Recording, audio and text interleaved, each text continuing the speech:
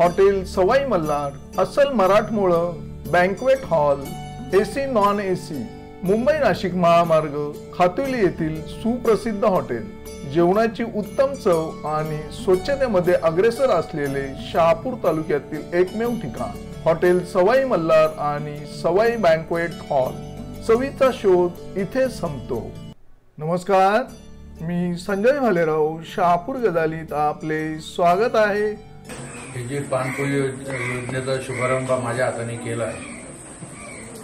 इथे व्यासपीठावर बसलेले आमचे महाराज कोटेश्वर मठाजी, त्यानंतर इथे बसलेले सर्व व्यासपीठ आणि समोर बसलेल्या माता भगिनी आणि सर्व मंडळी, आज हा जो कार्यक्रम माझ्या हस्ते केला, कारण कार्यक्रमाची बाल्यामाची आमची इच्छा स्वतः मामा इथं यावा, परंतु त्यांना बरीच कामं असल्यामुळं, कारण दिनेशने मला या ज्या गोष्टी तुम्ही आता सांगितल्या त्या बऱ्याच गोष्टी माझ्या कानावर घातलेल्या होत्या।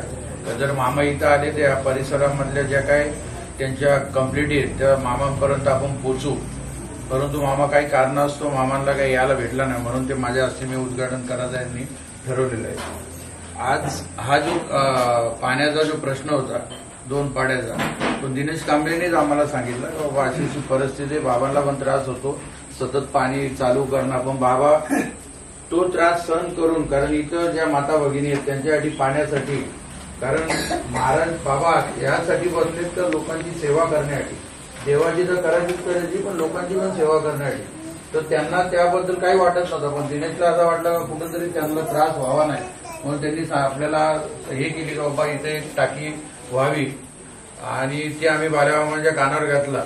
तर मामांनी ताबडतोब त्याची तयारी दाखवली आणि दिनेशला सांगून ते आपण टाकी बसवण्याचं हे केलेलं आहे। आणि तुमचे जे काही विषय तुम्ही सांगितलेले असते, आता तुम्ही बोलले का बाबा इथली शेतकरी वर्ग आहे, तर 2 जी काय गावात आपला धरणं आहे छोटी, तर त्याच्यावरती आपण तुम्ही चर्चा करून घ्या। दिनेशपणे तुम्ही एक प्रस्ताव मांडा मामांच्या नावाने, तो आपण मामांपर्यंत नेऊन काय त्याच्यात आपल्याला करता येईल आणि इथल्या लोकांना तुम्ही पाणी शेतकऱ्याला मिळेल आणि त्यात एक पीक सोडून दुसरे अनेक पिकं आपण घेता येईल। दुसरी गोष्ट आजा पर्वताची सांगितली की तिथे लाईट नाही, तर तो तर मी सोमवारीच पाहिजे, तर मी दिनेश येईलच आता सोमवारी, तर सोमवारी मी इथले जे साहेब आहेत आपल्याच हातीत आहे ना तो तालुक्याच्या, तर तालुक्याचे जे काही आहेत ऑफिसर त्यांच्याशी चर्चा करून नक्की अडचण काही आहे, आणि जर ती अडचण काही असेल तर माननीय बाल्यामामा म्हात्रे साहेबांशी बोलून ती अडचण दूर करून लवकरात लवकर तिथं कशी लाईट पोचल यासाठी पण मी अग्रेसर राहील।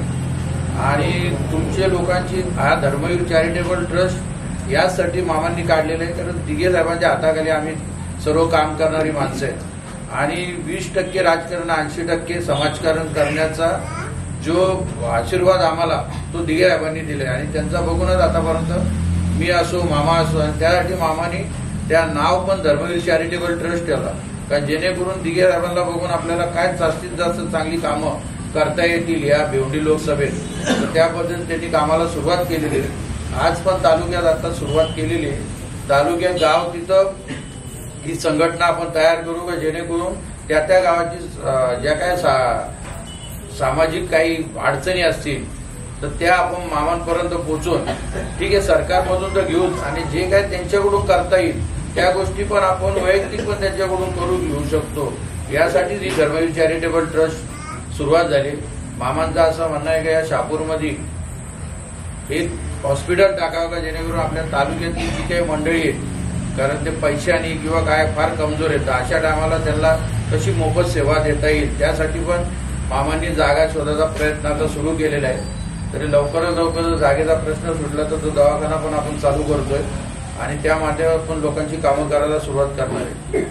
तुम्हाला सर्व माता भगिनी असतील त्या सर्वांनी बाल्यामामाला एक आशीर्वाद द्या, का जेणेकरून त्यांच्याकडून अशी चांगली दानशूरपणाची कामं अशीच दिवसेंदिवस होत राहू, अशी एक आशा व्यक्त करतो। आणि तुमची जी काही भावना आणि तुम्ही जे काही व्यक्त केलेले प्रश्न आहेत ते मी मामांपर्यंत नक्कीच पोहोचवील, आणि त्यातून लवकरात लवकर कशी कामं होतील त्याचा विचार करेल।